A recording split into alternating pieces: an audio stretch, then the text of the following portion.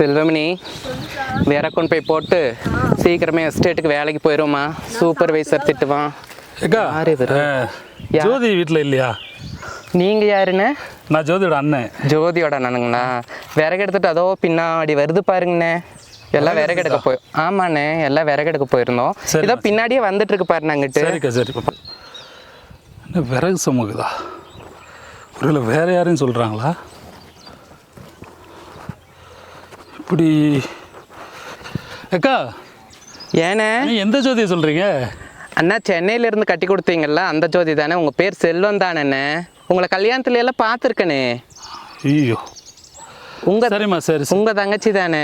சரி அதான் அந்த வந்துட்டு இருக்கா பாருண்ணே. விறகு எடுத்துட்டு வந்துட்டு இருக்கா. பார்த்துமா ஜோதி, பார்த்து போ தாயி. சரிங்கக்கா. எல்லாம் காட்டு வேலை புதுசு உனக்கு, சரியா? எப்படி இருந்த புள்ள பாவம், அதுக்கு என்ன கஷ்டமோ விறகு சுமந்துட்டு வர வேண்டியதாக இருக்குது. பார்த்துமா, மேடும் பள்ளம் எல்லாம் இருக்கும் இங்கே, சரியா ஜோதி?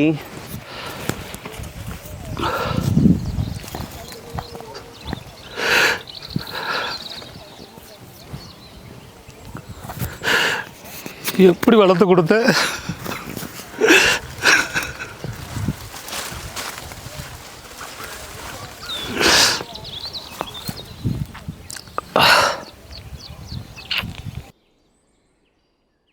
அக்கா எப்பா ஜோதி உங்களுக்கு தெரியுமா? நீங்கள் யாருங்கப்பா? நான் ஜோதியோட அண்ணன் தான். ஏப்பா கேட்குறீங்க? இப்போ ஜோதி எப்படி நல்லா இருக்கா? எல்லாம் பார்த்துக்கிறாங்களா? நல்லா இருக்கு. என்ன நல்லா இருக்காங்கப்பா? அவங்க ரொம்ப கஷ்டப்படுறாங்கப்பா. ஏமா? அங்கேருந்து எதுக்கு கட்டி கொடுத்துருக்கீங்க? இங்கே ரொம்ப கஷ்டப்படுறாங்க, பார்த்தாலே பாவமாக இருக்குப்பா. நல்ல இடம் சொல்லி தான் கட்டி கொடுத்தோம். அப்படிதான் சொல்லுவாங்கப்பா. முதல்ல என் தங்கச்சி எந்த ஒரு வேலையுமே தெரியாது. நீங்கள் தான் விசாரித்து கொடுக்கணும். ஏமாத்துட்டேனேம்மா. என்ன? அது எனக்கு ஒரு சந்தேகமாக இருந்துச்சு, ஒரு வேலை நல்லா இருக்காங்களா என்னங்கிறது தெரியல. பார்க்க ஒரு மைண்ட் வந்தேன். சரிங்கப்பா. இப்போ நேரில் விறகு சம்மந்துட்டு போனது பார்க்கவும் மனசெல்லாம் கஷ்டமாக இருக்குது. ரொம்ப கஷ்டப்படுதுப்பா.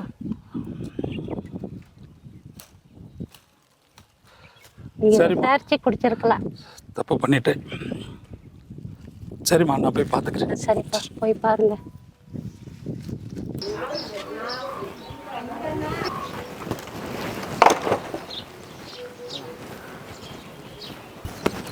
ஏமா ஜோதி, உங்கள் அண்ணன் வந்தார் பாத்தியாம்மா? ஏன் அண்ணன் வந்தானா? ஆ அக்கா, என் அண்ணன் உனக்கு தெரியுமா? தெரியுமா?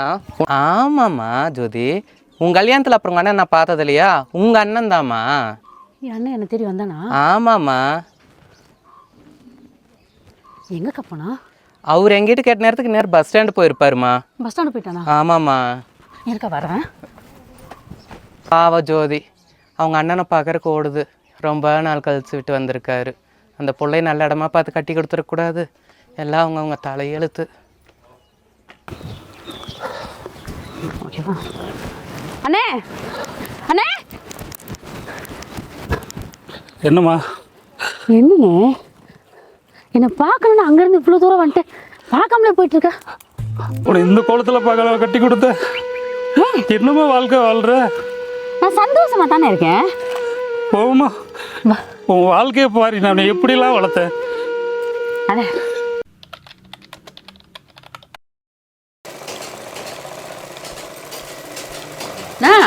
என்னம்மா? இன்னும் என்ன தான் தச்சுக்கிட்டு இருக்கியா? ஆமாம், பின்ன ஒன்று நாளைக்கு பிறந்தநாள் போட வேணாமா? நான் சுதா வேற அவள் ப்ளவுஸ் தைக்கலன்னு சத்தம் போட்டுட்டு இருக்கானா? உனக்கு முடிச்சதுக்கு அப்புறம் தான் யாருக்கும், சரியா? இங்கே பாரு, இந்நேரம் எனக்கு தைச்சு பழைய கற்றுக் கொடுத்துருந்தேன்னா சரி. அவளுக்கு நான் தச்சு கொடுத்துருப்பேன். அதுதாம்மா வேணான்னு சொல்கிறேன். அண்ணன் இந்த படுற கஷ்டம் என்னோட முடியட்டும். நீ நல்லா இருக்கணும், நீ சந்தோஷமாக இருக்கணும், நீ கஷ்டப்படக்கூடாது. எனக்கு அவ்வளோதான் தேவை, புரியுதா? நான் இங்கே சரியாக போயிருந்தா நாளைக்கு நான் போகிற வீட்டில் எதுனாச்சும் நான் என்னண்ணா பண்ணுறது? போகிற இடத்துல மகாராணி மாதிரி வாழ போகிறேன், தெரியுமா? நல்லா கேட்டுக்கோ, உனக்கு ஊட்டியில் மாப்பிள்ளை பார்த்துருக்கேன். சும்மா ஜம்முன்னு வச்சு பார்த்துக்கக்கூடிய சூப்பரான ஒரு மாப்பிள்ளை. எப்படி? அந்த மாப்பிள்ளை எப்படி இருந்தாலும் சரிதான். சரி. ராணியோ மகாராணியோ சரி, பெண்களுக்கு சுயதொழில் மாதிரி ஒரு தன்னம்பிக்கை எதுவுமே கிடையாதுண்ணா.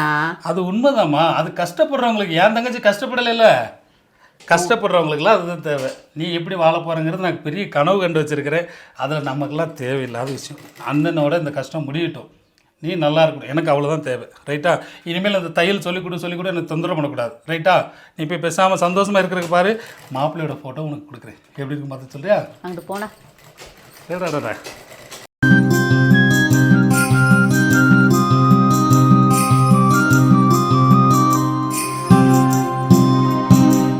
அண்ணே நீதானே எனக்கு அண்ணே நீதானே, சொந்தம் என்று சொல்லிக்கிட உறவு தந்தாயே, பந்தம் என்று சொல்லிக்கிட பாசம் தந்தாயே.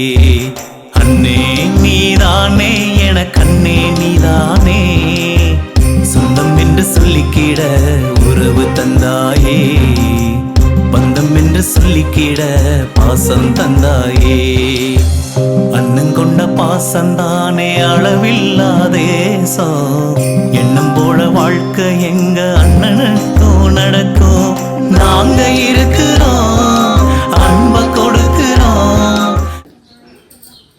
சரி, நான் சாப்பிடலையா நீ? நான் அப்புறமா சாப்பிட்டுக்க, நான் போனான்ட்டு. என்ன சாப்பிட போற? மணி என்ன பாரு. மணியா நான் ஆயிட்டு போகுது, விடு. முதல்ல நீ சாப்பிடு. நீ சாப்பிடுனா நீ சாப்பிடுனா ப்ளீஸ். நீ சாப்பிடாம நான் என்னைக்கு சாப்பிட்ருக்கேன்?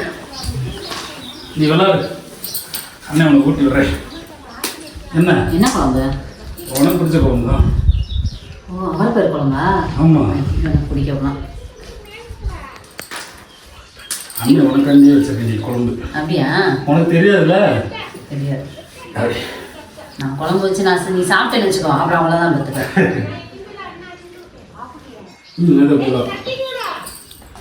நீ விளாண்டுட்டே இரு. சூப்பராக இருந்தா எப்படி நல்லா இருக்கா? ஐயோ அருமையாக இருக்குது. அது போதும். நான் நல்லா இல்லை செய்யலைன்னா நீ நல்லா இருக்குதான் சொல்லுவேன். நல்லா இருக்குது. அண்ணி வந்துச்சுன்னு வச்சுக்கோமே, அண்ணியை சாப்பாடு செய்வாங்க, நீயே செய்ய. சரியா? அண்ணி செஞ்சா நல்லா இருக்காது சாப்பாடு. நாளைக்கு நீ கட்டி கொடுக்க போற இடத்துல ராணி மாதிரி இருக்க போற. நானா? நான் கல்யாணமே பண்ண மாட்டேன்.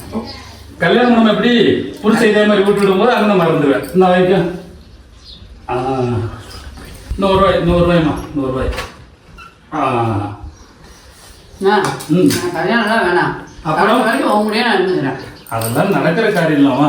நான் பொம்பளை பிள்ளையா இருந்தா ஒரு இடத்துல நல்ல இடத்துல கல்யாணம் பண்ணி கொடுத்து நீ சீரும் சிறப்பமாக வாழணும். அதை என்ன செய்யணும்? இந்த அண்ணன் பார்த்து ரசிக்கணும். நாளைக்கு உன்னோட குழந்தைகளை தூக்கி நான் தாளாட்டணும்ல. கால்வாடிக்கு போய் 2 குழந்தைய தூக்கி நீ தாங்க. சரியா? உன்னோட குழந்தைகளை தூக்குற மாதிரி இருக்குமா?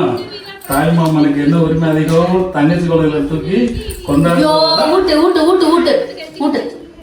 அவ்வளோதான். வளர்த்து இப்படி கட்டி கொடுத்துருக்கேன்மா. உன் நல்லா தானே இருக்க. வாண வீட்டுக்கு போலாம்.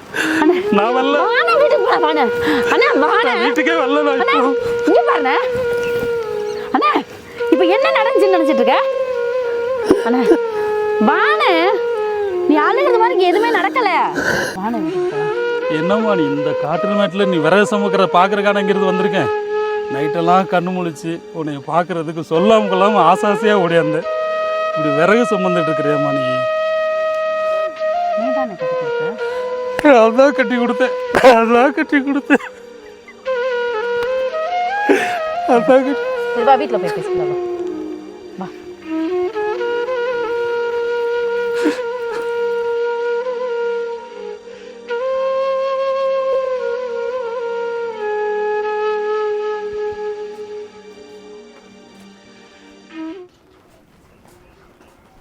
நே உள்ள உட்கார் போ. இருக்கட்டும் இருக்கட்டும். நே உள்ள உட்காருண்ணே. இருக்கட்டும்மா. சரி, நீ அங்கேருந்து பசியோடு வந்திருப்ப. இரு, நான் சாப்பாடு வச்சிடறேன்.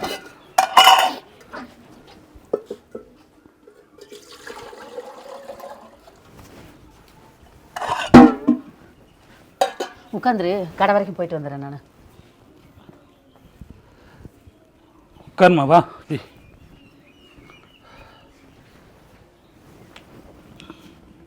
ஏண்ணே வந்து நீ சந்தோஷமாக இருக்கிறத பார்த்துட்டேன். ரொம்ப சந்தோஷமா. இதெல்லாம் தாங்கிற சக்தி எனக்கு இல்லைம்மா.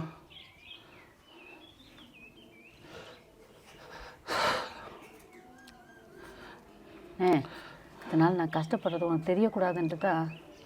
இல்லைம்மா, நான் உன்னை எப்படி வச்சுருந்தேன் பாரு, காதில் கழுத்தில் கையில் இப்படியா நான் வச்சுருந்தேன். ஐயோ கடவுளே. இப்படி இருந்தா சந்தோஷமா தானே இருக்கேன். இல்லைம்மா, நீ உன் அண்ணன்கிட்ட பொய் சொல்கிறியா உண்மையை சொல்ல எனக்கு தெரியாதா? என் தங்கச்சியோட நிலைமை எப்படி இருக்குது எனக்கு பார்க்கும்போது தெரியாதா? நான் எப்படி வளர்த்து எப்படி கட்டி கொடுத்து ராணி மாதிரி வாழ போகிறேன்னு நினச்சேன். ஏமாந்துட்டேனே.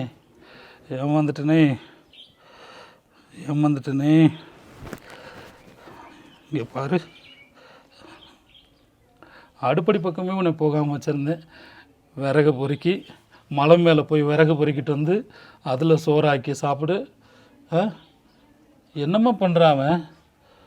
என்னம்மா வாழ்க்கை வாழ்கிறீங்க நீங்கள்? அவ்வளோதாம்மா. அதெல்லாம் சொன்னா நீ தாங்க மாட்டேனே. இங்கே பாரு, உன் தங்கச்சி நான் நல்லா தான் இருக்கேன். இல்லைம்மா, உன்னை எப்போ விறகு தூக்கிட்டு வர பார்த்து நான் அப்போ உங்கள் அண்ணன் செத்தே போயிட்டேன்.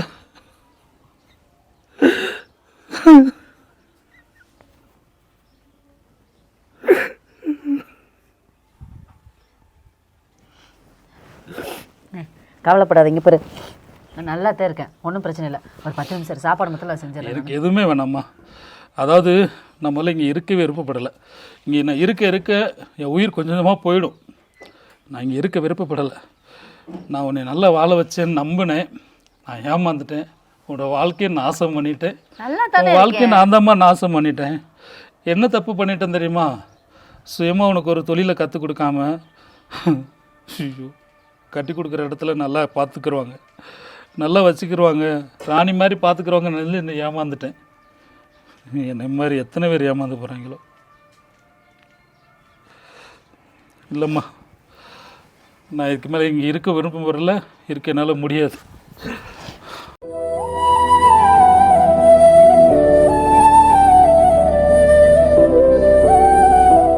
ஒரு கஞ்சி கூட ஊற்ற முடியாத பக்கத்து சிரிக்கி ஆகி போயிட்டல நான்.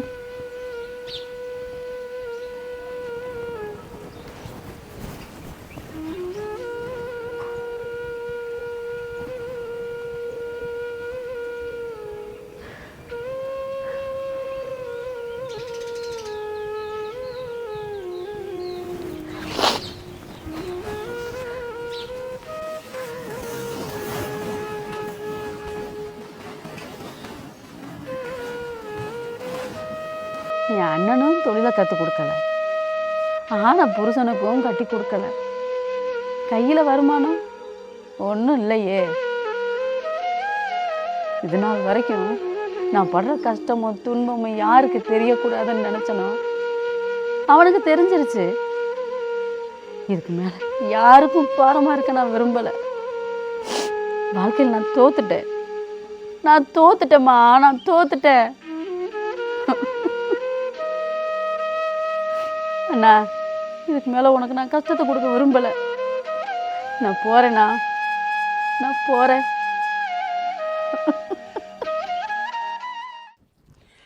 இந்த ஜோதி பிள்ளை என்ன பண்ணுதுன்னே தெரியல.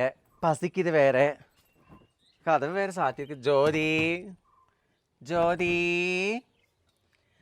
ஜோதி, கதவை திரடி, பசிக்குது. என்னதான் குழம்பு வச்ச அப்படி? ஜோதி, ஏய் ஜோதி, ஜோதி, என்ன கதவே திறக்க மாட்டேங்கிறா? ஜோதி, ஏய் ஜோதி, ஜோதி, ஜோதி, யோ இது பண்ணிட்டியேடி ஜோதி. யோ என்னடி இந்த பிள்ளை இப்படி பண்ணிருச்சு? ஏன் இங்க வாங்கடி. ஐயோ கொஞ்சம் இங்க வந்து பாருங்களேன். இந்த பிள்ளை பாருடி. ஐயோ நேத்து தாண்டி உங்க அண்ணன் வந்து பார்த்தாரு. ஐயோ ஜோதி, பாலா போனவ இப்படி பண்ணிட்டாளே. நல்லா தான் நீ இருந்தா. நேத்து அவங்க அண்ணெல்லாம் வந்து பேசிட்டு போச்சே. சண்டையான சண்டை போட்டானே நேத்து நைட்டு. அந்த பாலா போன குடிச்சிட்டு வந்து சண்டை போட்டாடி நேத்து அவங்க அக்கா வந்து. ஹலோ அண்ணே, அண்ணே, அண்ணே, நம்ம புள்ள நம்மளை விட்டு போயிருச்சு அண்ணே. அன்னைக்கு பாருண்ணே இந்த மாதிரி பண்ணிட்டாலே அண்ணே. என்னன்னா சொல்லட்டும்னு தெரியல அண்ணே. ஜோதி, ஜோதி.